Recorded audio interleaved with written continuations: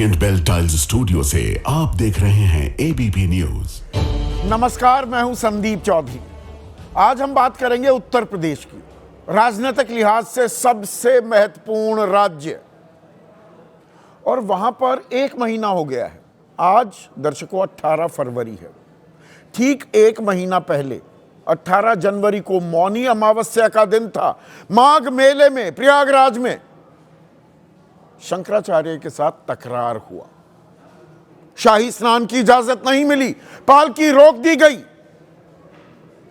और बटुकों की शिखा पकड़कर उन्हें घसीटा गया और धरने पर बैठ गए थे शंकराचार्य अविमुक्तेश्वरानंद। खैर वहां से उठना पड़ा, सरकार ने एक ना सुनी बल्कि नोटिस थमा दिए। माघ मेला प्रशासन ने पहचान बताइए, साबित कीजिए कि आप शंकराचार्य हैं। ये बातें आप जानते हैं, लेकिन शंकराचार्य पर तकरार अब दरअसल यूपी बीजेपी में आर पार में तब्दील हो गई है, बट गई है यूपी बीजेपी, या दरअसल बीजेपी बट गई है। यह सिर्फ यूपी बीजेपी की बात नहीं है। लखनऊ बनाम दिल्ली, वो जो खेल चल रहा है 2 खेमों में बीजेपी में, अब वो खुला खेल फर्रुखाबादी भी होता दिखाई दे रहा है क्या? क्योंकि योगी आदित्यनाथ पीछे हटने को तैयार नहीं है और शंकराचार्य अविमुक्तेश्वरानंद भी उन पर लगातार निशाना अभी भी साध रहे हैं।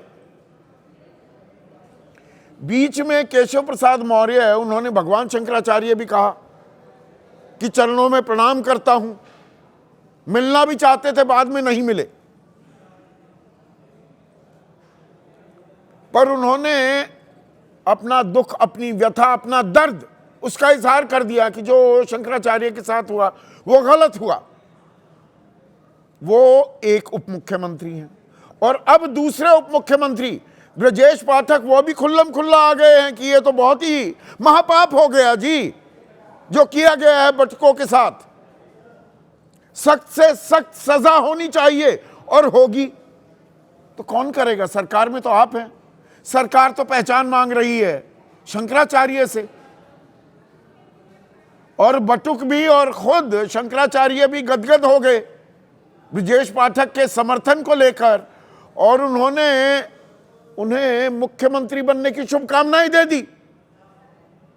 अब खेल समझिए, साधु संत की कोई जाति नहीं होती, लेकिन एक ठाकुर राज का तमगा भी चस्पा हो रहा है धीरे धीरे योगी आदित्यनाथ की सरकार पर। वो राजपूत परिवार से आते हैं। 2024 में भी राजपूत फैक्टर एक बड़ा फैक्टर था, जिसके चलते 29 सीटें कम हुई उत्तर प्रदेश में बीजेपी की, 62 से 33 आ गई कि भाई उन्हें हटा दिया जा सकता है। राजपूतों में एक नाराजगी हुई, पर अब ब्रजेश पाठक, ये संयोग है प्रयोग है, वो ब्राह्मण हैं, वो बटुकों की नाराजगी का समर्थन कर रहे हैं और अविमुक्तेश्वरानंद उन्हें आशीर्वाद दे रहे हैं मुख्यमंत्री बनने के लिए। ब्राह्मण बनाम राजपूत जो बैठकें भी पहले हुई, अब एक और अध्याय जुड़ गया है क्या? और इसमें दरअसल खेल अगड़ा बनाम पिछड़े में भी जाकर अटकने भटकने वाला है क्या? क्योंकि अखिलेश यादव लगातार वो पिछड़ों की, पीडीए की बात कर रहे हैं, फॉर्म 7 की बात हो, एसआईआर की बात हो, रोजगार की बात हो कि पीडीए के रोजगार मारे जा रहे हैं। तो मंडल बनाम कमंडल भी, और उसमें पुट राजपूत वर्सेस ब्राह्मण का, और डबल इंजन जो सरकार चल रही थी उसके डब्बे ही आपस में टकराने लगे हैं क्या उत्तर प्रदेश में? ये बीजेपी के लिए क्या अच्छी खबर नहीं है? ऐसे में आपकी राय क्या है? आपके सुझाव और आपके सवाल, जो अब सीधा सवाल के अहम हिस्सा बन चुके हैं। काफी वक्त से बीजेपी एक नारे का भरपूर इस्तेमाल करती है जब भी किसी राज्य में चुनाव होते हैं, अब की बार डबल इंजन सरकार। भाई केंद्र में 11 साल से बीजेपी की सरकार है ही, और राज्य में भी, और डबल इंजन हो जाएगा तो विकास की राह पर दौड़ता नजर आएगा राज्य। और उत्तर प्रदेश में जनसंख्या के लिहाज से भी और राजनीति के लिहाज से भी सबसे महत्वपूर्ण राज्य पूरे भारत में, और प्रधानमंत्री मोदी भी वहीं से सांसद हैं। तो वहां पर डबल इंजन सरकार है। लेकिन अब ये डबल इंजन सरकार, ये इंजन ही आपस में टकराने लगे हैं क्या?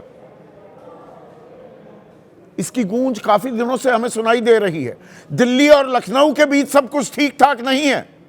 2027 की लड़ाई उत्तर प्रदेश के विधानसभा चुनाव के नतीजों को 2029 लोकसभा चुनाव से भी जोड़कर देखा जा रहा है। पोजीशनिंग हो रही है दिल्ली में भी और लखनऊ में भी कि प्रधानमंत्री नरेंद्र मोदी जब कभी भी अगर पद छोड़ते हैं तो बीजेपी में उनके बाद कौन? और इसमें लखनऊ में योगी आदित्यनाथ और दिल्ली में अमित शाह, ये दो खेमे हैं। राजनीतिक जानकार इस बात को बखूबी समझते भी हैं और एक प्रतिस्पर्धा वहां चल रही है और राजनीति में होती भी है। लेकिन इंजन तो टकरा ही रहे थे, अब डिब्बे भी टकराने लगे हैं। और ऐसा मैं क्यों कह रहा हूं? 1 महीना हो गया शंकराचार्य पर तकरार शुरू हुए।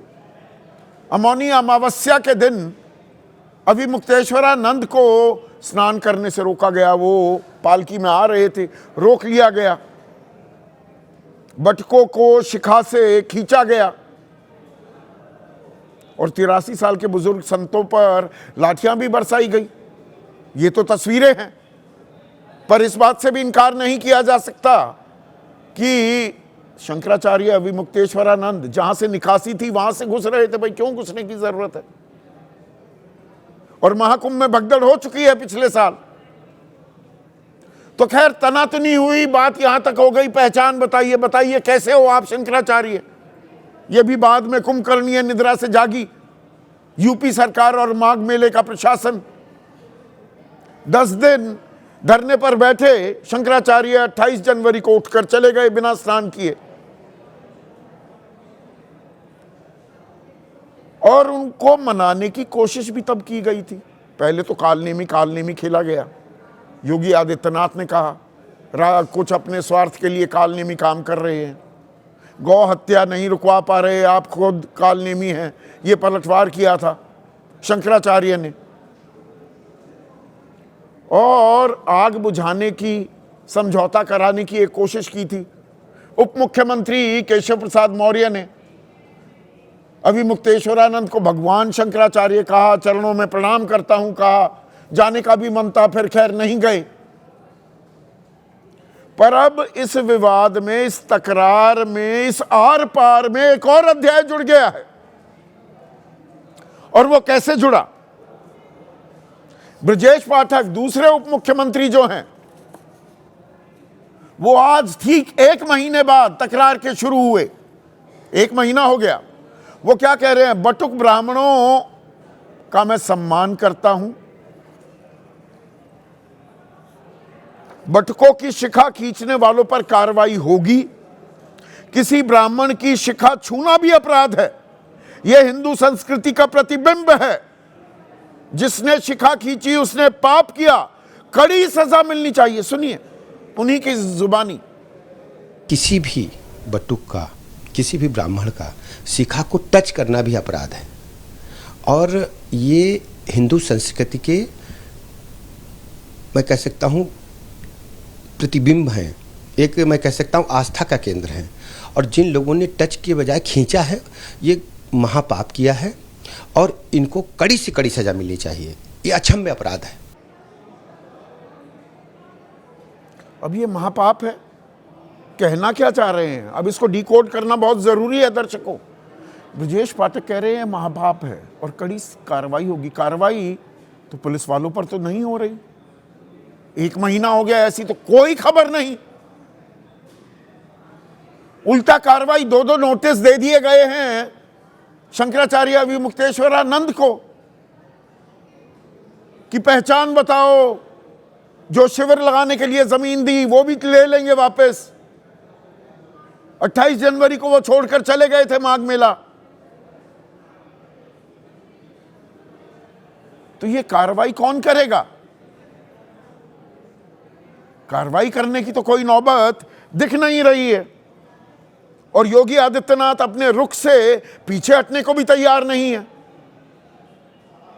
बल्कि थोड़ी मौज लेते दिखाई दिए, तंज कसते दिखाई दिए शिवपाल यादव, राष्ट्रीय महासचिव हैं, वरिष्ठ नेता हैं समाजवादी पार्टी के। उन्होंने कहा ब्रजेश पाठक को बुरा लगा तो इस्तीफा दे दें, वो तो उसी पार्टी के हिस्सा हैं। सुनिए शिवपाल यादव ने क्या कहा। वो उसी पार्टी के हिस्सा हैं और मंत्रिमंडल में भी हैं, तो अगर उनको इतना ही बुरा लगा है तो उनको इस्तीफा दे देना चाहिए। कांग्रेस की विधायक हैं आराधना मिश्रा, वो कह रही हैं सीएम के उलट उप मुख्यमंत्री बोले तो इससे दुखद कुछ और नहीं। विधायक मंत्री सबने सरकार के खिलाफ मोर्चा खोल दिया है। अब ये गुड कॉप बैड कॉप हो रहा है। हो क्या रहा है बीजेपी में? बीजेपी तो the party with the difference, अनुशासन उनकी पहचान है। तो योगी आदित्यनाथ पीछे हटने को तैयार नहीं। वार पलटवार चल रहा है उनके और शंकराचार्य के बीच। अब आ जाते हैं ब्रजेश पाठक और वो ब्राह्मणों के सम्मान की बात करने लग जाते हैं। और बटुक महाराज, बटुक ब्राह्मण, वो क्या कहते हैं कि ब्रजेश पाठक का सम्मान है, उन्होंने हमें कार्रवाई का भरोसा दिया।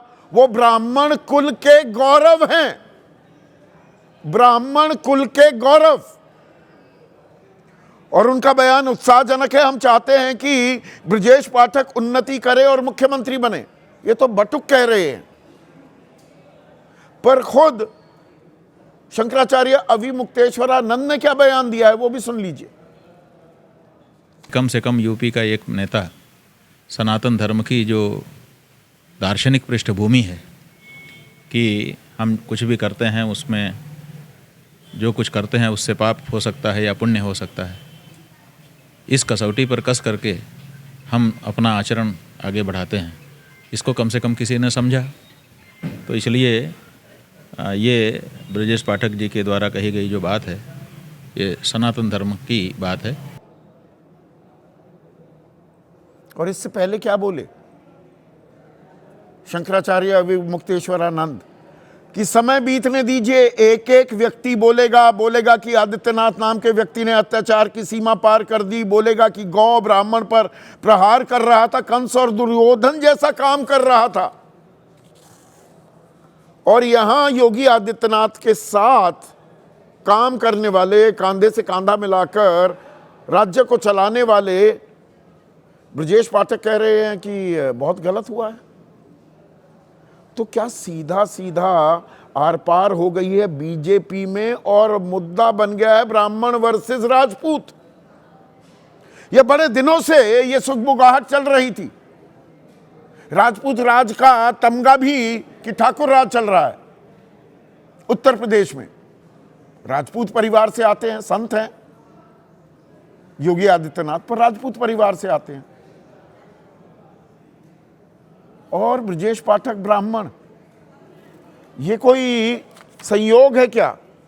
पिछले साल 14 अगस्त को राजपूत विधायकों की एक बैठक हुई थी, ये जानकारी मैंने पहले भी आपको दी। 40 से ज्यादा विधायक, और उसमें वजह ये थी कि भाई हमारी सुनवाई पूरी नहीं हो रही है। एक कुटुंब परिवार बनाने का ऐलान किया गया और इसके जवाब में भी देखा गया इसे 23 दिसंबर को, 5 महीने बाद, ब्राह्मण विधायकों का एक डिनर हुआ। 40 से ज्यादा एमएलए एमएलसी पहुंचे। ब्राह्मण समाज के साथ भेदभाव की बात उठी, मुखर तरीके से उठी। तो दिल्ली बनाम लखनऊ एक जंग चली रही थी। अब लखनऊ में भी 2 खेमों में बीजेपी बट रही है क्या?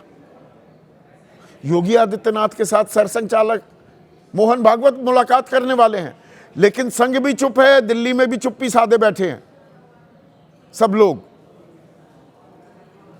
तो ये अंदर खाने क्या हो रहा है? और इसमें विपक्ष को क्या मौका भी मिल रहा है? अखिलेश यादव अगड़ा बनाम पिछड़ा का कार्ड खेल रहे हैं। कल भी मैंने फॉर्म 7 की बात की थी, वो तो पूरी जातियां गिनवाने लगे कि पीडीए के वोट काटे जा रहे हैं। एक जगह 76% वोट जो कटे, 100 से ज्यादा वोट कटे, उसमें 76% पीडीए के, पिछड़े, दलित और अल्पसंख्यक, और उनमें भी 46% यादव और मुसलमान के। और ऐसे में जो जातीय समीकरण है उत्तर प्रदेश का, वो समझना बहुत जरूरी हो जाता है। सवर्ण 17 से 19% बताए जाते हैं, जिनमें 10% ब्राह्मण हैं, लगभग 5% राजपूत, 2% वैश्य और 2% भूमिहार, त्यागी और अन्य। और इसमें दिलचस्प आंकड़ा यह है कि पिछले चुनाव में ये जो 10% ब्राह्मण आबादी है, और अवध और पूर्वांचल में अच्छा खासा इनका दबदबा है, 89% ब्राह्मणों ने, यानी कि 10 में से 9 ब्राह्मणों ने बीजेपी को वोट दिया था। पर अब यहां नाराजगी धीरे धीरे बढ़ रही है या बढ़ा दी जा रही है। यहां तो अब सरकारी कर्मचारी इस्तीफा दे रहे हैं, वो भी हेडलाइन बन रही है कि शंकराचार्य का अपमान हो गया, तो योगी जी का अपमान हो रहा है। एक और ने इस्तीफा दिया, खैर बाद में इस्तीफा वापस ले लिया। और इसमें 17-19 जो सवर्ण हैं फीसदी, उनके मुकाबले में ओबीसी 42-43% है, जिसमें 12% तो यादव ही हैं, और दलित 21% और 19% मुसलमान। ये 82-83% हो जाता है। इन पर बैंक कर रहे हैं क्या अखिलेश यादव की, पिछड़े हमारे साथ, अगड़े तुम्हारे साथ, अगड़ों में भी दो फाड़ हो जाए। इसीलिए हिंदू समाज को लामबंद करने की लगातार गुहार सरसंघ चालक भी लगा रहे हैं। अब तो कह रहे हैं 3 बच्चे पैदा करने चाहिए, घर वापसी करिए, सारे मुसलमान हिंदू ही थे। तो यूपी की राजनीति और ज्यादा पेचीदी होती जा रही है। रायता पूरा फैल गया है क्या? इसी पर आज मैं चर्चा करने वाला हूं। ऐसे में आज का सीधा सवाल,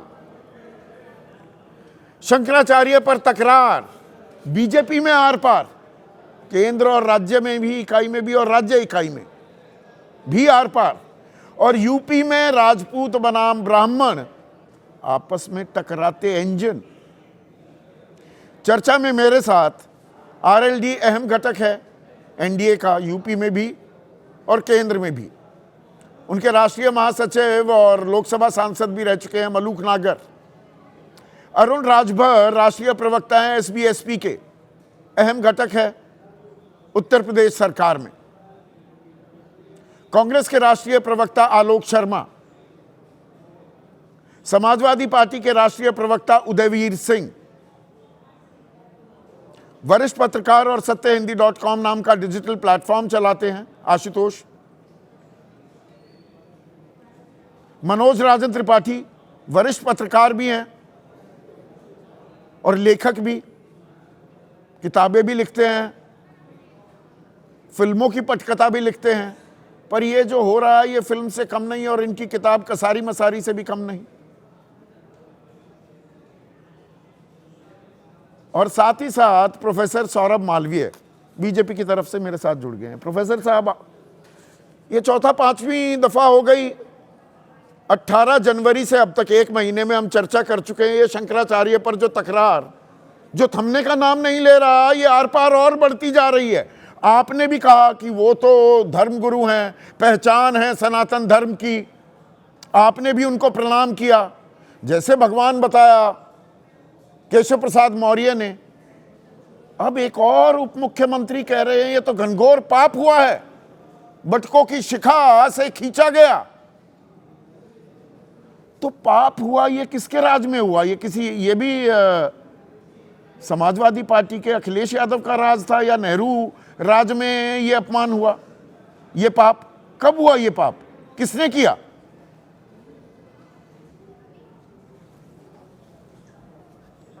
देखिए संदीप जी, हमारे यहां न वाद है न विवाद है, सिर्फ समाधान है। थोड़ी आवाज बढ़ाइए। और सेवा के माध्यम से विकास करना ही ये लक्ष्य है और राष्ट्र सर्वोपरि है। भारतीय जनता पार्टी देश और दुनिया की सबसे बड़ी कार्यकर्ताओं वाली पार्टी है, जिसकी पहचान ही है राष्ट्र सर्वोपरि और अनुशासन। तो अच्छा, अनुशासन से बधे हुए लोग हैं। ये अनुशासन दिख रहा है हमें। मतलब भाई मैंने तो ये बयान नहीं दिया है, ये तो ब्रजेश पाठक ने दिया। जिन्होंने शिखा खींची उन्हें कड़ी सजा मिलनी चाहिए, सबका लेखा जोखा हो रहा है, कड़ी कार्रवाई होगी। कब होगी? कोई एफआईआर दर्ज हुई है पुलिस वालों के खिलाफ? कोई मामला, कोई रपट लिखवाई गई है? अपने आप ही हो जाएगी हवा हवाई। संदीप उप जी, मुख्यमंत्री ने कह दिया हो जाएगी कार्रवाई। 30 दिन हो चुके हैं। संदीप जी, ब्रजेश पाठक जी जनप्रतिनिधि हैं, जनता के बीच में रहते हैं और उत्तर प्रदेश के उप मुख्यमंत्री हैं। ऐसे में उनका दायित्व है और सभी प्रतिनिधियों का दायित्व है। भारतीय जनता पार्टी का प्रत्येक कार्यकर्ता कार्यकर्ताओं से मिलता है, प्रत्येक मंत्री, प्रत्येक अधिकारी जो भी हमसे जुड़ा हुआ है, कार्यकर्ताओं का दायित्व है। चिंता योगी करना, आदित्यनाथ मिलना, कार्यकर्ता उसको नहीं है दूर बीजेपी में। वो मुख्यमंत्री बन गए तो कार्यकर्ता नहीं है।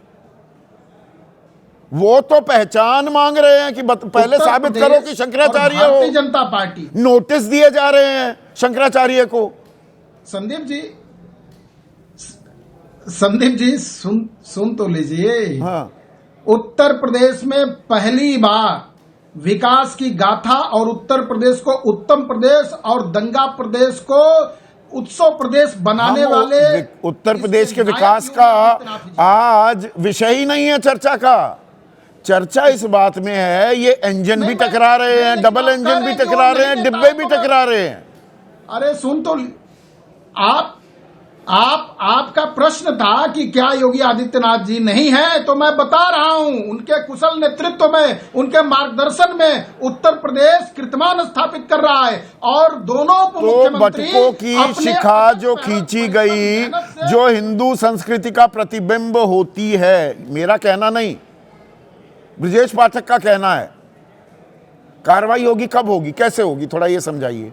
योगी आदित्यनाथ तो कर नहीं रहे। एकदम सही, अक्षर सत्य कहा है ब्रजेश पाठक जी ने। मतलब दोनों बातें कैसे सही हो सकती हैं प्रोफेसर साहब? चित भी मेरी, पट भी मेरी, you playing good cop bad cop, दोनों बातें कर रहे हैं। मतलब बिल्कुल ही बेवकूफ है आम इंसान, आम उत्तर प्रदेश का वासी कि दोनों बातों को सही मान लेगा। एक ही बात सही होगी ना। अब तो प्रश्न आपका हो गया तो उत्तर तो सुन लीजिए। हाँ, उत्तर प्रदेश में रहने वाले प्रत्येक उत्तर प्रदेश निवासी को किसी भी प्रकार का कष्ट होता है, कहीं से भी कष्ट होता है, तो उसकी जिम्मेदारी है, हम सबकी जिम्मेदारी है, शासन प्रशासन की जिम्मेदारी है, पार्टी की जिम्मेदारी है, कार्यकर्ताओं की जिम्मेदारी उनसे मिलना, हालचाल पूछना, कुशल क्षेम पूछना। सीधे सीधे ब्राह्मण बनाम राजपूत हो गया है उत्तर प्रदेश में। क्या ये संयोग है? स्वामी अविमुक्तेश्वरानंद वो एक संत हैं, शंकराचार्य हैं, वो ब्राह्मण हैं और संत हैं, बल्कि महंत हैं। योगी आदित्यनाथ पर वो राजपूत हैं। ये राजपूत बनाम था ब्राह्मण हो गया है सीधे सीधे। संदीप जी सीधा सीधा इसका उत्तर सुनिएगा, बीच में जरा इसको मत बोलिएगा। स्वामी अविमुक्तेश्वरानंद जी और पूज्यपाद गोरक्षपीठाधीश्वर योगी आदित्यनाथ जी, ये दोनों लोग भारत की सनातन संस्कृति सभ्यता के संत परंपरा से निकले हुए लोग हैं और वर्तमान में एक संवैधानिक पद पर बैठे जनप्रतिनिधि के नाते योगी आदित्यनाथ जी हैं और अविमुक्तेश्वरानंद जी ने अपना सर्वस्व त्याग दिया है और वो संत परंपरा के व्यक्ति हैं। इसलिए दोनों पूजनीय है, दोनों श्रेष्ठ है और दोनों उतने ही मान्य हैं, पर इसमें कहीं कोई भेद नहीं है। योगी आदित्यनाथ और आपकी सरकार तो उन्हें पूजनीय नहीं मान रही है ना, वैसा बर्ताव तो नहीं कर रही। पूजनीय होते तो वो 10 दिन धरना देकर बिना स्नान करे ही वापस निकल लिए। हाँ संदीप जी, अब मैं आ रहा हूं इस मुद्दे पर। देखिए संदीप जी, किसी भी कारण से, किसी भी तरह से किसी संत को कुछ भी कष्ट होता है तो उसे उस कष्ट के प्रति स्वाभाविक है कि पीड़ा होगी, चिंता होगी। लेकिन जो एक बड़े पैमाने पर जहां करोड़ों लोग आ रहे हैं, जहां जन सैलाब उमड़ रहा है, जहां सबके जान की माल की सुरक्षा रक्षा की चिंता करनी है। ऐसे में यदि कोई नियम कानून बनता है तो उसका पालन अनुपालन करना प्रत्येक व्यक्ति का कर्तव्य और धर्म होता है। अच्छा, उसके शंकराचार्य आधार पर अभी यदि मुक्तेश्वरानंद को किसी ये भी पाठ प्रकार पढ़ाने के- लगे, ये हम पहले भी कर चुके हैं। वो सतवा बाबा हो और बाकी लोगों के लिए कोई कानून नहीं चलते। और ये बात तो आपस में एक संत और महंत आमने सामने विमर्श करके उसको सुलझा सकते थे। ये नाक की लड़ाई क्यों हो गई है या राजनीतिक लड़ाई? अब अभी मुक्तेश्वरानंद आशीर्वाद दे रहे हैं कि ब्रजेश पाठक जाओ, आगे बढ़ो, बनो मुख्यमंत्री। देखिए, वो तो संत हैं और पूज्यपाद शंकराचार्य हैं, उनको तो सबको आशीर्वाद देना चाहिए। उनको आपको भी आशीर्वाद देना चाहिए, उनको सभी को आशीर्वाद देना चाहिए। वो तो सबसे ऊपर है, मुक्त है। वो न उनका घर है, न परिवार है, न माँ है, न पिता है, सबसे मुक्त हो गए। वसुधैव कुटुंबकम के लिए ये दिक्कत हो रही है। वो एक को आशीर्वाद दे रहे हैं, दूसरे को आशीर्वाद नहीं दे रहे हैं। वहां तो दोनों तरफ से ही कालनेमी बताया जा रहा है एक दूसरे को। भाई कालनेमी तो राक्षस होता है ना। आप शंकर भगवान की पूजा करेंगे तो वरदान तो वही आपको देंगे। एक मिनट संदीप जी, एक प्रश्न मेरा आपसे है। आप शंकर भगवान की पूजा आरती करेंगे तो आप आशीर्वाद हनुमान जी से लेंगे। आप जिसकी पूजा करेंगे आशीर्वाद लेंगे, जो जा रहा है प्रणाम कर रहा है उसको आशीर्वाद देंगे। उनका काम है आशीर्वाद देना। उसमें क्या दिक्कत है भाई? एक कौन सी नई बात? क्या दिक्कत है? अच्छा, हम भी जाएंगे, हमको भी देंगे, आप जाएंगे, आपको भी मिलेगा। तो वो पाप कैसे मिटेगा? जो पाप हुआ है वो कौन मिटाएगा? ये सवाल पूछ रहे हैं शिवपाल यादव। देखिए, निश्चित तौर पर जो मेला प्रशासन के द्वारा वहां रक्षा व्यवस्था में कार्य किया गया, उसमें किसी भी प्रकार की चूक हुई है वह समीक्षा योग्य है और उसकी चिंता करनी चाहिए। समीक्षा योग्य। उदयवीर जुड़ गए हैं पीसीआर। तो उदयवीर सिंह भाई, जो पूजा करेगा, आशीर्वाद मांगेगा, उसे ही तो आशीर्वाद दिया जाएगा। वो आशीर्वाद दे दिया, उसमें आप ढूंढ रहे हैं कि जी बुरा लगा है तो इस्तीफा दे दें। ब्रजेश पाठक को बुरा लगा, उन्होंने अपनी बात कह दी। बाकी सरकार अपनी कानून कार्रवाई कर रहा है, वो तो करेगा ही, तर्कसंगत कार्रवाई होगी। कुछ भ्रांतियां फैला दी गई हैं, मैं उनके को स्पष्ट कर दूं। शंकराचार्य जी का विषय कोई विचारार्थ मौजूद नहीं है। मुख्यमंत्री योगी आदित्यनाथ ने सदन के अंदर अपने भाषण में राज्यपाल के अभिभाषण का जवाब देते हुए बहुत साफ साफ उनको शंकराचार्य नहीं माना। कहा कि किसी पीठ का कोई अध्यक्ष आके अगर अव्यवस्था फैलाएगा तो उसे बर्दाश्त नहीं किया जाएगा। पहली बार ये मेला नहीं हुआ, कुंभ नहीं हुआ, पहली बार ये माघ मेला नहीं हुआ। हर मेले में जो वरिष्ठ संत हैं उनसे प्रशासन बातचीत करके प्रोग्राम तय करता है कि आपका भी स्नान करेंगे। और शंकराचार्य जी पहली बार स्नान नहीं करने गए थे। योगी आदित्यनाथ की 9वीं साल में ये सरकार है, हर साल उसने शंकराचार्य का स्थान सम्मान और सब कुछ दिया। इसी साल ऐसा कौन सा आदेश आया है कि वो शंकराचार्य नहीं रहे? अदालत को ये पूछना पड़ गया, उनको प्रशासन को पूछना पड़ गया कि आप कैसे शंकराचार्य लिखते हैं। वो तो 9 साल से लिख रहे थे।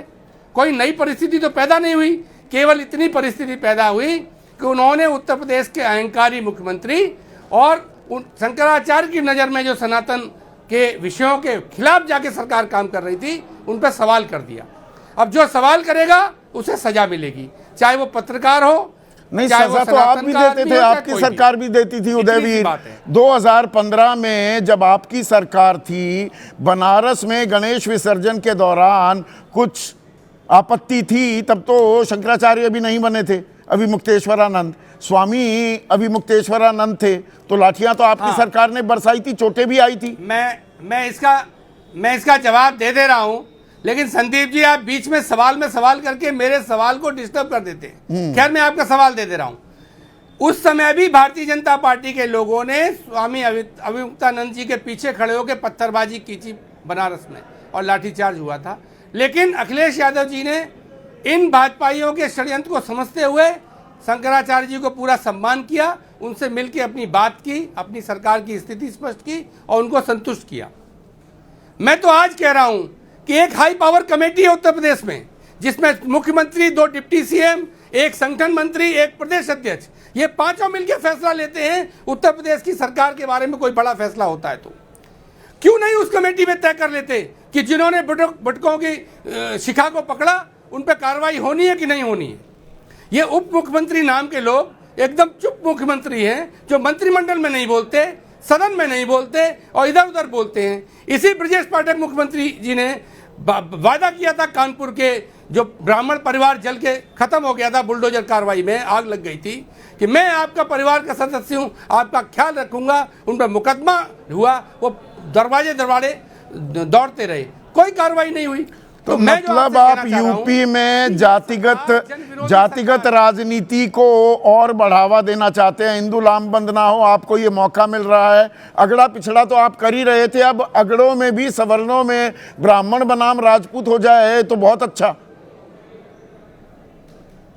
मौका तलाश रहे हैं। अच्छा आप संदीप जी, उदयवीर, मैंने कहा था ठाकुर विधायकों से कि आप मीटिंग करो, कि मैं गया था ब्राह्मण विधायकों को मीटिंग कराने।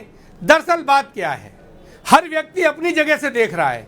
जब पिछले देखते हैं कि हमको कहते रहे कि तुम्हारे साथ अन्याय हो रहा है, सपा की सरकार में न्याय नहीं मिल रहा, आज उनके साथ अन्याय हो रहा है, वो कहते हैं ये पिछड़ा विरोधी सरकार है। जब ब्राह्मण विधायक बैठते हैं, देखते हैं हमारी जिलाधिकारी भी नहीं सुन रहा, थानों पे दरोगा भी सम्मान नहीं दे रहा, सीतापुर से लेके लखीमपुर तक विधायक मार खा रहे हैं, धरना दे रहे हैं पुलिस वालों के सामने, तो उन्हें लगता है ब्राह्मण विरोधी सरकार है। और क्षत्रिय विधायकों के साथ भी ये हाल है। योगी आदित्यनाथ जैसे हठी मुख्यमंत्री के साथ 3 मंत्रिमंडल के सदस्य हैं जिनकी वो सुनते हैं, 5-7 अफसर हैं, IAS अधिकारी, 4-5 अधिकारी हैं पुलिस के, इन्हीं की चलती है। तो जब जिलों में आप क्षत्रियों में भी देखोगे तो वो कहते हैं कि पूरे प्रदेश में बदनामी हो रही है कि ठाकुर की सरकार है, ठाकुर की नहीं, यही नैरेटिव आप करना चाहते हैं ना। और वो अगड़ा पिछड़ा जो पीडीए हर रोज कम से कम आधा दर्जन बार इसीलिए बोलते हैं अखिलेश यादव, और कल भी फॉर्म 7 को लेकर भी जो प्रेस कॉन्फ्रेंस की उसमें तो सारी जातियां गिनवा दी। भाई हम तो आपके सामने डेटा रख रहे हैं, हमने बता दिया कि 186 लोगों के फॉर्म कटवाने के लिए जमा हुए हैं, इनमें से कितने क्या हैं, और मुख्यमंत्री ने खुल के कहा कि वोट कटवाओ, भाजपा के नेता खुल के भाषण दे रहे हैं वोट कटवाओ। पीडीए तो हमारा वो प्लेटफॉर्म है जो सामाजिक न्याय सुरक्षित करना चाहता है वंचित समाज के साथ। हम तो हर उस व्यक्ति के साथ खड़ा होना चाहेंगे जिसको पीड़ा है, जिसको कष्ट है, और वो सब सरकार दे रही है। और मुख्यमंत्री अहंकार में लोगों की समस्या सुनने की जगह उनको ठीक करने की बात करते हैं, तो हम क्यों नहीं उनका साथ देना चाहेंगे। हमने थोड़े कहा है कि भाजपा के विधायकों को पुलिस से पिटवाओ, सीतापुर में धरना दिलवाओ ज्ञान तिवारी से, लखीमपुर में मार पड़वाओ वहां के सदर के विधायक पर। हमने थोड़े भाजपा के ठाकुर और पंडित विधायकों को मीटिंग करने के लिए कहा है। पर उदयवीर बदले बदले सरकार नजर आते हैं, आपके बारे में कह रहा हूं, बदले बदले सरकार नजर आते हैं। चुनावी हिंदू हो गए हैं आप लोग भी। नहीं, हिंदू मुसलमान का सवाल ही नहीं है। जो पीड़ित शोषित वंचित वर्ग है वो तो निश्चित बैठा है कि हमारा तो शोषण करेंगे, अन्याय करेंगे। ये तो परेशान वही है जिन्होंने सरकार बनाई, जिन्हें लगता है मेरी सरकार है और उन्हें अपना हक नहीं मिल रहा। वंचित समाज तो जान चुका है कि अहंकारी, जातिवादी, पक्षपाती मुख्यमंत्री की सरकार है, ये हमारी नहीं सुनेगा। उसे तो चिंता है, उसे तो इंतजार है कब मौका मिले इनको बदलें। ये फड़फड़ाहट तो उन लोगों में है जिनको लगता है कि ये मेरी सरकार है, मेरा इसमें हक है, और वो मार खा रहे हैं। वो मार खा रहे हैं। यहाँ पर मनोज राजन त्रिपाठी, ये 1 महीना हो गया, ये विवाद थमने का नाम नहीं ले रहा, लगातार एक के बाद एक इसमें अध्याय जुड़ते जा रहे हैं। और अब ये ब्रजेश पाठक की एंट्री कि ब्राह्मणों का अपमान हुआ है, कार्रवाई होनी अरे आप उप मुख्यमंत्री हैं, कोई रपट दर्ज हुई है, लिखवाई गई है, कोई FIR हुई है, हवा में ही हो जाएगी कार्रवाई। हो क्या रहा है ये? मौनी अमावस्या का दिन था जिस दिन शंकराचार्य की पालकी जा रही थी संगमनोर तक। तब हर व्यक्ति भाजपा का ये बता रहा था कि कार्रवाई होगी, बटकों की शिकायत खींची गई, कार्रवाई होगी। कोई कार्रवाई हुई? अरे इस कार्रवाई को छोड़ दीजिए, कुंभ में 30, 35, 32 जितने भी लोगों की मृत्यु हुई थी भगदड़ के दौरान, उसमें किस सिपाही के खिलाफ कार्रवाई, किस होमगार्ड के खिलाफ कार्रवाई हुई? क्या कार्रवाई हुई? जब उस पर कार्रवाई नहीं हुई तो शंकराचार्य जिनको अब मुख्यमंत्री जब सदन में बोलते हैं तो फिर कुर्सी बोल रही है। उस वक्त कोई योगी आदित्यनाथ या कोई कुछ नहीं, उस समय मुख्यमंत्री सदन में अपनी बात कह रहा है और वो कह रहा है कि शंकराचार्य नहीं है, हर व्यक्ति शंकराचार्य नहीं लिखेगा। उन्होंने गलत किया, वो गलत काम कर रहे थे, इसलिए उनको रोका गया। कौन सी जांच, कौन ब्रजेश पाठक, कौन केशव मौर्य? केशव मौर्य ने 2 बार कहा भगवान है वो, मैं उनसे गुजारिश करता हूं कि स्नान करें। अरे भगवान को आप अपने मंदिर में रखे हुए भगवान को आप कह देंगे कि जाइए आज आप खुद ही नहा लीजिएगा? अगर आपको इतने ही भगवान लग रहे थे तो आप जाते उनके बाद उनका हाथ पकड़ के उनकी डोली आगे, पालकी तो आगे ये लेकर सिर्फ जाते हैं। मनोज संत और महंत की लड़ाई नहीं, ये सिर्फ ईगो इशू नहीं, ये ब्राह्मण बनाम राजपूत भी हो गया है क्या? बिल्कुल हो गया है, 200% हो गया है। सबसे पहले ठाकुरों की बैठक हुई, फिर ब्राह्मणों की बैठक हुई, फिर उसके बाद लोधों की बैठक हुई, फिर कुर्मियों की बैठक हुई। आप देख लीजिए, सिर्फ ब्राह्मणों को चेतावनी दी गई। आप देख लीजिए कि ब्राह्मणों को सबको अलग थलग करके किनारे कर दिया गया। लोध को यहां का प्रदेश अध्यक्ष बनना था BL वर्मा को, लेकिन कुर्मी बनाया गया क्योंकि कल्याण सिंह की फैमिली ने उस पर विद्रोह कर दिया कि अगर ये बनेंगे तो हम साथ नहीं दे पाएंगे। आखिर उनको वहां पे उनको देखना पड़ा पिछड़ों के नाते। सबसे ज्यादा दुर्दशा फॉर ग्रांटेड तो ब्राह्मण है यहां पे। बावजूद इसके ब्रजेश पाठक को अपना ब्राह्मणत्व तो भी बचाना है और ब्रजेश पाठक को यह कहना पड़ेगा कि शिखा खींचने कौन, किससे जांच कराएंगे, कौन सजा पाएगा। आपके सामने माइक आ गया, आपने एक बात कह दी। अगर इतनी बड़ी दिक्कत थी तो 1 महीने बाद आपको लग रहा है कि उनके शिखा खींचना महापाप होता है। अगर महापाप था तो आपने मुख्यमंत्री को क्या एक चिट्ठी लिखी इस बारे में? तो क्या ब्राह्मणों को टेकन फॉर ग्रांटेड भी ले रही है बीजेपी? 89% ब्राह्मणों ने पिछले चुनाव में बीजेपी को वोट किया, मतलब 10 में से 9। पर पिछली दफा राजपूतों की अनदेखी हो रही है और भाई राजपूत हैं, योगी आदित्यनाथ इन्हें कहीं हटा ना दिया जाए, उसके चलते 29 सीटें का गोता खाया था बीजेपी ने उत्तर प्रदेश में। तो ये दूध में मक्खी है और जानबूझकर मक्खी डालकर वो दूध पिलाया जा रहा है और पिया भी जा रहा है, या कुल्हाड़ी पर पैर मारा जा रहा है। संदीप जी, ना आपको कुछ कहने की जरूरत है ना हमको कुछ कहने की जरूरत है। उत्तर प्रदेश में योगी आदित्यनाथ चाहेंगे तो अविमुक्तेश्वरानंद शंकराचार्य हैं, वो नहीं चाहेंगे जब तो वो नहीं है। वो चाहेंगे तो कुंभ में वो शंकराचार्य माने जाएंगे, वो चाहेंगे तो माघ मेला में नहीं। 2 उप मुख्यमंत्री उन्हें भगवान मान रहे हैं, एक उनकी पहचान ही नहीं मान रहे। ये तो कमाल हो रहा है ना। बिल्कुल कमाल हो रहा है, बिल्कुल कमाल हो रहा है। और इसके लिए वही कह रहा हूं, आपको कहने की जरूरत नहीं, मुझे कहने की जरूरत नहीं है। भाजपा का ब्राह्मण विधायक, ब्राह्मण मंत्री, ब्राह्मण कार्यकर्ता, ब्राह्मण वोटर लगातार सिर्फ इतना कह रहा है, हमें आपको कहने की जरूरत नहीं है। वो खुद कहता है कि अगर आपके नाम के आगे ठाकुर लगा है तो आपका काम होगा, अगर नहीं लगा है और ब्राह्मण लगा है तो आप फॉर ग्रांटेड हैं। ठीक और है, ये मैं नहीं कह रहा, मलूक नागर, वो खुद कहते हैं। जो मनोज राजन कह रहे हैं, ये तो मतलब आप तो वो 36 बिरादरी में विश्वास रखने वाली विरासत से आते हैं, चौधरी चरण सिंह की विरासत से। पर यहाँ तो ये खुल्लम खुल्ला क्या जातीय खेल हो गया है और ब्राह्मण बनाम राजपूत ये सीधे सीधे हो रहा है। 2 उप मुख्यमंत्री कुछ और बोल रहे हैं, मुख्यमंत्री कुछ और कह रहे हैं सदन में राज्यपाल के अभिभाषण के धन्यवाद प्रस्ताव पर। संदीप भाई, किसी भी बात को देखने का और सुनने का और सोचने का तरीका है। इसको ऐसे भी ले सकते हैं कि बड़े घर के 2 लोग आपस में कुछ नाराजगी है तो उनके 2 छोटे भाई उस चीज को न्यूट्रलाइज करने की कोशिश कर रहे हैं। अच्छा। और औरों को शूट करता है, एजेंडे में शूट करता है कि विरोध दिखा दो। ऐसे क्यों सोच रहे हैं? अच्छा, विरोध नहीं है, सोचना चाहिए कि ये एक भावावेश में अगर कोई बात हुई है और पिछला इतिहास रहा है उनका, मेरा भी एक पर्सनल व्यक्तिगत स्तर पर एक लंबा कन्वर्सेशन रहा है, मुक्तेश्वर आनंद जी के साथ गुस्सा जल्दी आ जाता है। ऐसी स्थिति में अगर उनका जो परिस्थितियां थी उसमें जो भी हुआ, वो शंकराचार्य, वो सुप्रीम कोर्ट, उस पर नहीं जाते हम, इसी पे जाते हैं कि वाद विवाद हुआ और उसको न्यूट्रलाइज करने की कोशिश है। तो उसको उसी एंगल से क्यों देख रहे हैं? इस एंगल से क्यों नहीं देखते कि राहुल गांधी को हिंदू नहीं है डिक्लेयर कर दिया था, वहाँ पैचअप हो गया। ऐसे क्यों नहीं देखते, समाजवादी पार्टी की सरकार में लठ बजा दिया था और उन्होंने खुद कहा था एक नेशनल टेलीविजन पे कि मुझे तोड़ दिया गया, मतलब शरीर को इतना तोड़ा, वहाँ पैचअप हो गया। तो अब अगर ये पैचअप हो जाएगा, अच्छा, ये पैचअप की तरफ जा रहे हैं या ये राजपूत बनाम ब्राह्मण सीधा सीधा हो रहा है जी? राजपूत बनाम ब्राह्मण सीधा सीधा हो रहा है क्या? ब्रजेश पाठक को आशीर्वाद मिल रहा है मुख्यमंत्री बन जाओ, वो कह रहे हैं ये शिखा तो हिंदू परंपरा की प्रतिबिंब होती है, जिसने खींची कड़ी कार्रवाई होनी चाहिए। कार्रवाई तो नहीं हुई ना, 30 दिन हो गए।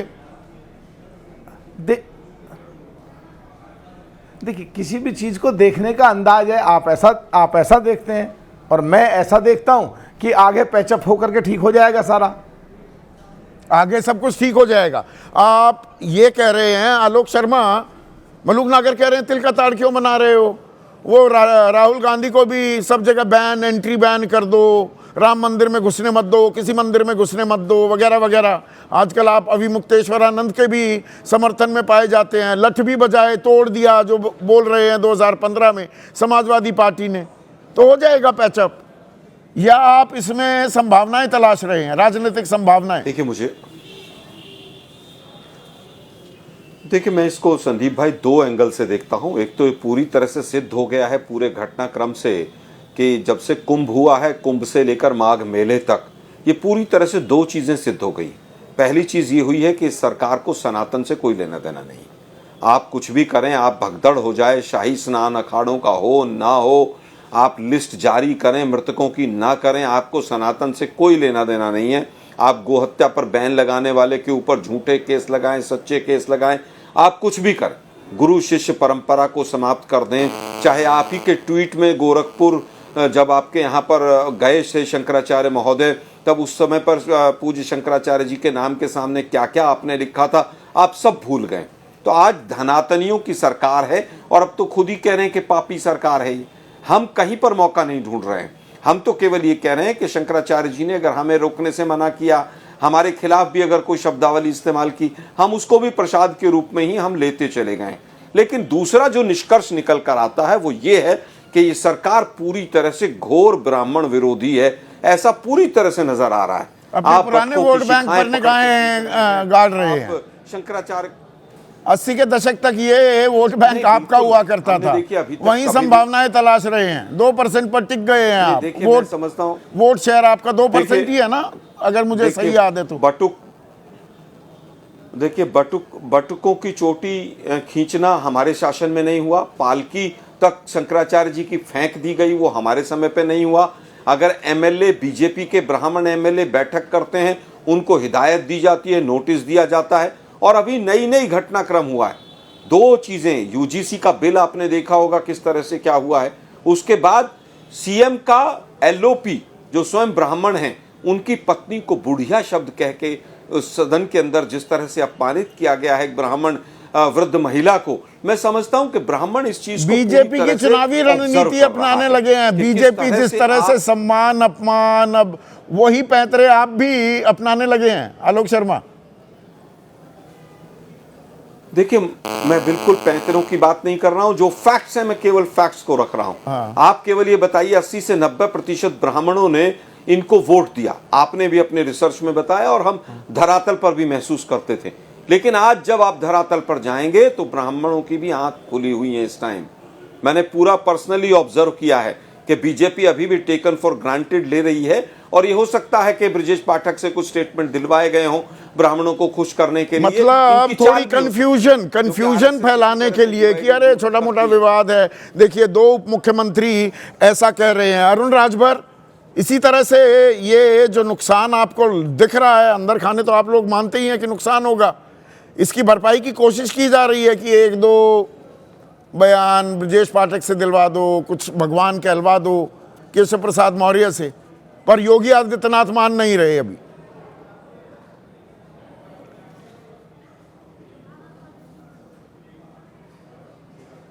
सम्मान रहेगा। जो लोग इस पे राजनीति करने के लिए बयानबाजी कर रहे हैं, ये बयानबाजी वोट के लिए हो रही है, चाहे वो विपक्ष के लोग कर रहे हो चाहे और लोग कर रहे हो, ये सिर्फ मतलब सत्ता पक्ष के लोग भी कर रहे हो। ब्रजेश पाठक के बयान को कैसे देखते हैं आप? वो कह रहे हैं बटुकों की शिखा खींचने वालों पर कार्रवाई होनी चाहिए, जिन्होंने शिखा खींची उन्होंने पाप किया। राजनीति कर रहे हैं, सच बोल रहे हैं ब्रजेश पाठक। अगर पाप की बात देखेंगे तो 2022 चुनाव से पहले सुल्तानपुर रोड पर फरसा लगाने के लिए, परशुराम जयंती मनाने के लिए लोग गए थे और फरसा गिर गया था। 2022 के बाद परशुराम की याद भी नहीं आए, तब तो उनके सम्मान की चिंता नहीं आई। 2024 आ गया, उसमें भी परशुराम जी की चिंता नहीं आई। इस देश में ब्राह्मणों के नीचे अवसरों का स्थान देते हैं। तो मुझे लगता है कि जो लोग इस पे विवाद फैलाना चाहते हैं वो इस पे राजनीति करके नहीं, आप ब्रजेश पाठक के सवाल पर अभी कन्नी काट रहे हैं, आप दूसरी चीजें गिनवाने लगे। यहाँ पाप हुआ है कि नहीं हुआ है, और शंकराचार्य भगवान है या नहीं जो केशव प्रसाद मौर्य कह रहे हैं, या वो कोई भी आदमी शंकराचार्य लिख ही नहीं सकता। ये संसद के पटल, विधानसभा के पटल पर योगी आदित्यनाथ बोले, किसकी बात सही माने? मुख्यमंत्री जी जिस कि वो क्या है, जो पीठाधीश्वर बने हुए हैं हमारे उन पीठ के जो मुख्य लोग हैं वही तो बता पाएंगे कि ये शंकराचार्य है कि नहीं है। अच्छा, तो मुख्यमंत्री गलत बयान दे रहे हैं कि कोई भी शंकराचार्य कैसे लिख लेगा? वो सवाल जो उठा रहे हैं गलत उठा रहे हैं योगी आदित्यनाथ। ये चीजों कहीं है। देखिए, इतने बड़े आयोजन कुंभ के हुए, कुंभ के इतने लोग गए, क्या करोड़ों लोगों की व्यवस्था करने के लिए सरकार ने जो व्यवस्था दिया था, नहीं, मैं ये सवाल थोड़ा पूछ रहा हूँ। सवाल बड़ा सीधा है आशुतोष। मुख्यमंत्री कह रहे हैं हर कोई शंकराचार्य नहीं लिख सकता, एक उप मुख्यमंत्री कह रहे हैं भगवान चरणों में प्रणाम, दूसरे कह रहे हैं बटुकों का अपमान पाप किया है। किसकी बात मानी जाए? या ये इंजन ही आपस में नहीं टकरा रहे हैं, डिब्बों में भी अब टकराहट शुरू हो गई है डबल इंजन सरकार? देखिए संदीप, अगर आप इसको थोड़ा संकुचित अंदाज में देखेंगे तो आपको ये लगेगा कि दरअसल भारतीय जनता पार्टी के अंदर एक अंदरूनी जंग हो रही है, और उस जंग का एक हिस्सा है जिसमें एक तरफ योगी आदित्यनाथ है, दूसरी तरफ दूसरे लोग हैं। लेकिन अगर आप बड़ी तस्वीर को देखने की कोशिश करेंगे तो मुझे तो ये लगता है कि दरअसल ये भारतीय जनता पार्टी की तरफ से एक बिल्कुल सोची समझी रणनीति का हिस्सा। और क्यों ये बात मैं कह रहा हूं, मैं 3 उदाहरण देकर आपको बताने की कोशिश करता हूं। देखिए, जब अयोध्या में भगवान राम की प्राण प्रतिष्ठा हुई, तब क्या किसी शंकराचार्य को वहां सम्मान पूर्वक बुलवाया गया? क्योंकि हमारे यहाँ कहा जाता है कि जब तक शंकराचार्यों का स्थान जो हिंदू धर्म में सनातन में सबसे ऊंचा है और 4 पीठ उनके अधीनस्थ होते हैं, क्या वहां पर बुलाया गया? नहीं, क्योंकि बुलाया इसलिए नहीं गया। मैं एक सेकंड एक अपनी बात जोड़ दूं, क्योंकि वो कह रहे थे मंदिर अभी पूरा ही नहीं हुआ, निर्माण पूरा नहीं हुआ है, तो प्राण प्रतिष्ठा नहीं हो सकती, तो उनको बुलाया कैसे जाएगा? एग्जैक्टली यही बात मैं कह रहा हूं। तो अगर बिना शंकराचार्य के अगर भगवान राम की प्राण प्रतिष्ठा हो सकती है, इसका मतलब इसको समझने की कोशिश करिए। दूसरे, जब अभी मुक्तेश्वरानंद जाते हैं और उनके साथ जिस तरीके का व्यवहार हो रहा है, और उनके बारे में कहा जाता है कि आप तो शंकराचार्य नहीं, आप तो कालनेमी है, और ये विधानसभा के पटल पर भी कहा जाता है। तो योगी आदित्यनाथ इतने तो वो मासूम नहीं है कि वो इस बात को नहीं समझते होंगे कि दरअसल शंकराचार्य के प्रति ऐसे शब्दों का इस्तेमाल कर रहे हैं, तो कहीं ना कहीं वो ब्राह्मण समुदाय के प्रति कहीं ना कहीं कुछ अन्याय तो कर रहे हैं।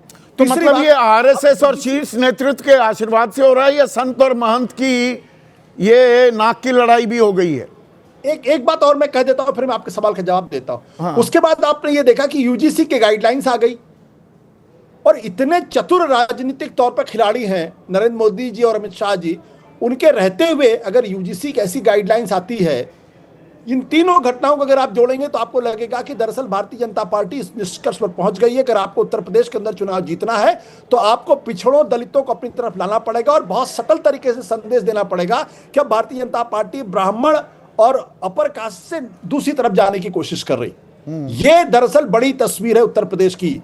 उसमें आप जो उत्तर प्रदेश की जो तो मतलब आप कह रहे हैं शीर्ष नेतृत्व यानी कि दिल्ली और लखनऊ यानी कि योगी आदित्यनाथ इस मामले में दरअसल कदम ताल कर रहे हैं, या गुड कॉप बैड कॉप खेला जा रहा है बस?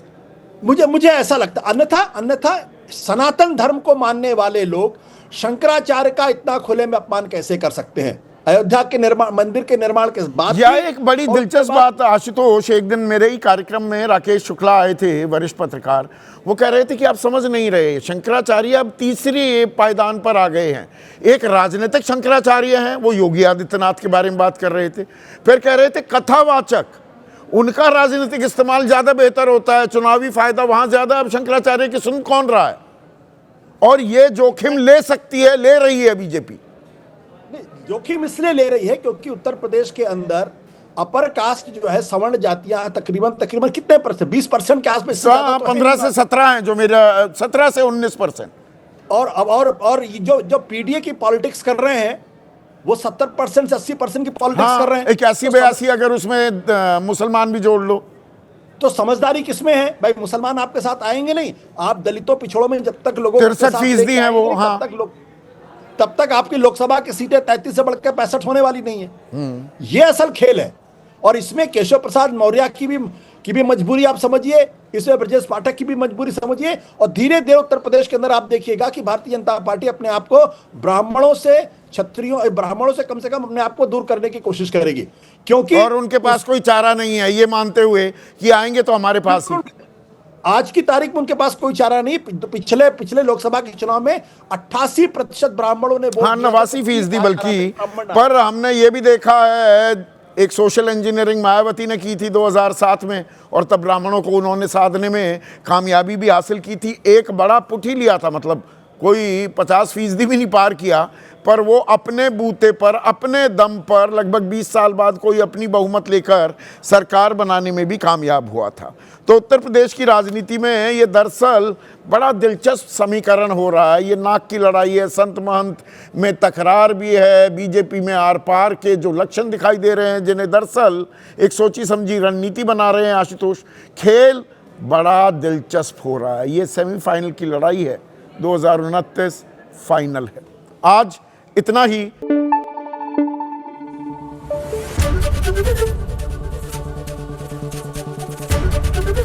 एबीपी न्यूज आपको रखे आगे।